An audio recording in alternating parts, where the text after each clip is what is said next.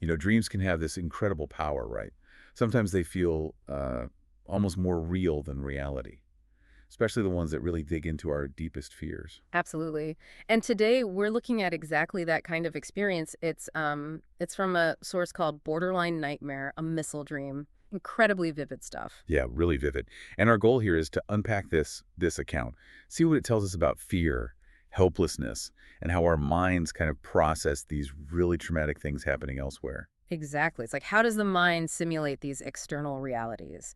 This account gives us a pretty raw look into that, especially this feeling of connection to events happening, just across the border. So let's guide you through it. Pay attention to the details, how the dread builds, how isolated the dreamer feels. It's quite something. It really is. The scene starts with this quiet sense of unease almost. It's a dark sky. The dreamer's in a courtyard feeling just bone tired, like they just finished gardening or something similar. hmm And there are specific details like a grapevine on a pergola, leaves hanging low, and the house itself. Yeah, small gray marble stone. But the dreamer says, I live here, but it doesn't feel like home. That's striking. It is. And there are other people there, family, I think the account says, but they feel like strangers. There's this underlying anxiety already bubbling up. That initial setup is so important, isn't it? The tiredness, the house not feeling like home, the strangers. It's like the stage is already set for something bad. Precisely. It establishes this internal displacement before the external threat even arrives. The mind is already anxious, sort of primed. And then it hits. Suddenly a noise from above, and some guy, an unknown man across the yard, just says, they're attacking. Just like that, and the sky lights up. Sharp streaks of light. Is it missiles? Huh. Anti-air. The dreamer doesn't know. Instant chaos. That shift from quiet dread to immediate threat. It's chilling. It really is. And the way it's delivered, so matter-of-factly by the stranger, makes it feel even more real, more grounded in this awful reality. It's like the brain's threat system just goes into overdrive. So the dreamer's first reaction is, well, kind of desperate. Runs to the front gate, opens this heavy iron door, and peeks out. And the street, this is where it gets really unsettling. Yeah, it's familiar, but in a way that unsettles me empty. Silent, like a place from a nightmare.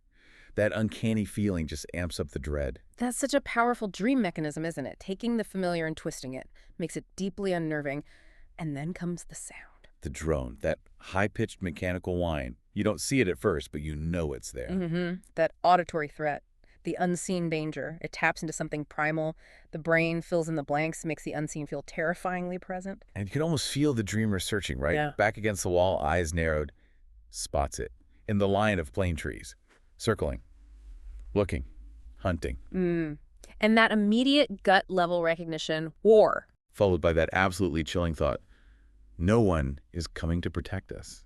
That realization, it speaks volumes about vulnerability, about abandonment. My life means nothing to anyone right now.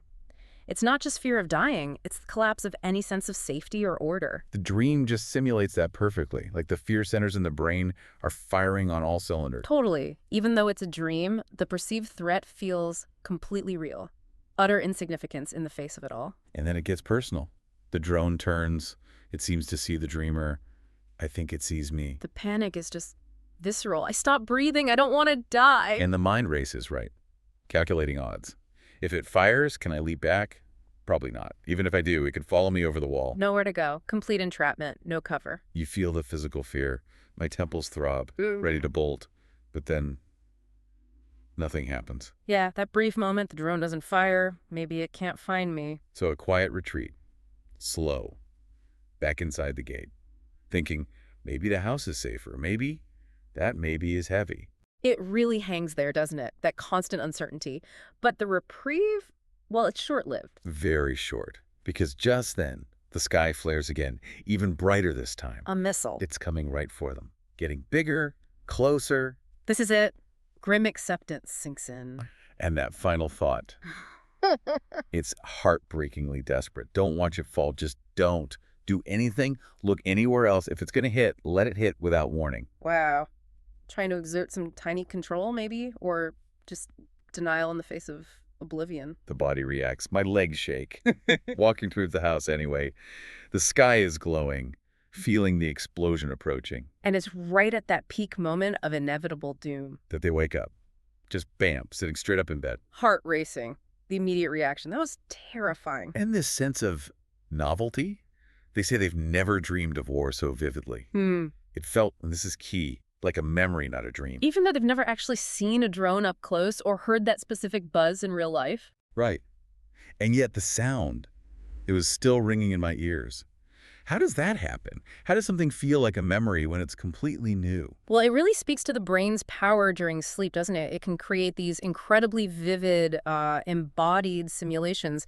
It uses the same neural pathways as real emotional processing, even memory.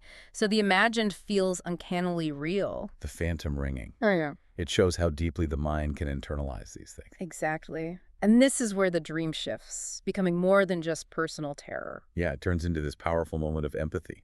The dreamer instantly connects it outwards, so this is what it must feel like, what my people are living through right now. That fear, that helplessness, every second of every day. And the contrast hits hard. Yeah. And here I am, across the border, in my safe, quiet bed. It's a profound example of what we call empathetic resonance.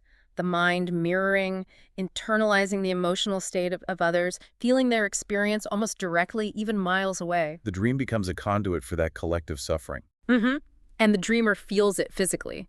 But I just lived it. Every cell in my body did. God, it's horrifying. Which leads to that final, really startling statement, the one that makes you stop and think. Right. And the worst part is, I feel even worse than they do. Worse? How can you feel worse than those actually living it? It sounds so counterintuitive. It does, but it might point towards something like vicarious trauma or even a kind of dream state survivor's guilt. The sheer horror is amplified because of the dreamer's own safety. So the safety highlights the terror, making the echo feel somehow more agonizing because it's just an echo of someone else's constant reality. Potentially, yes. It's a complex psychological reaction. The juxtaposition creates this unique, amplified distress. It's a really deep insight from the dream. So this whole deep dive into the borderline nightmare, it just lays bare the intensity of our minds, doesn't it? Absolutely. It wasn't real physically, but the impact was profound. Felt like a memory, forged this incredibly deep connection to others' reality. It's amazing how the mind simulates, evokes empathy. Even that strange, amplified suffering linked to safety. It really underscores our capacity to internalize others' suffering, even from afar. That feeling of worse than they do, while complex, makes us think hard about empathy's burdens. So for you listening, what does this all suggest? If a dream, something entirely internal, can generate such raw, embodied fear and even this paradoxical feeling of feeling worse, what does that tell us about our human ability to process the suffering of others? Even when we're safe, physically removed, how do our own safe spaces actually shape how we perceive and react emotionally to hardship happening elsewhere? It definitely leaves you with something to think about, doesn't it?